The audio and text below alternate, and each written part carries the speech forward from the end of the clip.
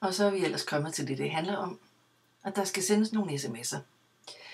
Se, man går ind og klikker på opret ny sms. Heroppe i feltet, der kan du skrive lige hvad du vil.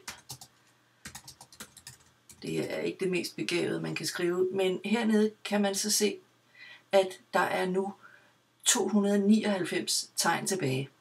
Som jeg sagde tidligere, en sms består af 160 tegn.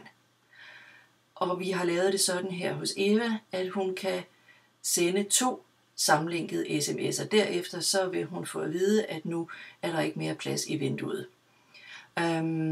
Foreløbig, så med det lidt, jeg har skrevet her, så er der kun brugt én sms. Men hvis man nu bliver ved og ved, så tæller den ned, og lige om lidt, så når vi grænsen. Den skulle meget gerne være der lige om lidt. Og pling, så er vi oppe på 2 sms'er. Nu er det her jo noget ganske utroligt vrøvl. Så det sletter vi igen og er tilbage nede på 1. Man kan så vælge, om man vil sende nu, eller man kan vælge, at den skal sendes senere. Det kunne for eksempel være, du skal op og i kirke nu. Og så sender vi den, eller sætter den op sådan, at den vækker næste søndag klokken, hvornår skal de op for at komme i kirke? Klokken 8 er slet ikke noget dårligt bud. Forældrene kan få lov til at sove, men det skal være konfirmanderne både i 7. A og 7. B, der skal have den.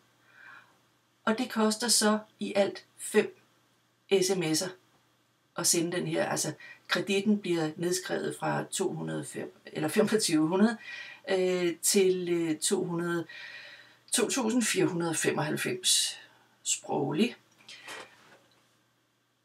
Man skal så klikke på næste. Det vil i hvert fald være en god idé, for lige at sikre sig, at det hele er, som det skal. Og hvis jeg nu trykker på send, ja, så ryger den afsted bongo til Evas konfirmander. Det vil jeg ikke. Jeg har heller ikke fuldmagt til, synes jeg strengt taget, at bruge hendes sms'er. Men det er sådan, man gør.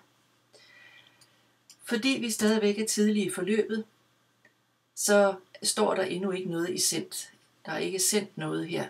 Men inden for på det menupunkt, der hedder sendt, der vil man hele tiden kunne se, inden for de sidste 30 dage, eller 7, eller 90, eller alle sammen, hvad er sendt. Det her er simpelthen en slags tjekliste, når de siger, ja, men det har vi ikke fået. Jo, vi har, for jeg kan se, de er sendt afsted.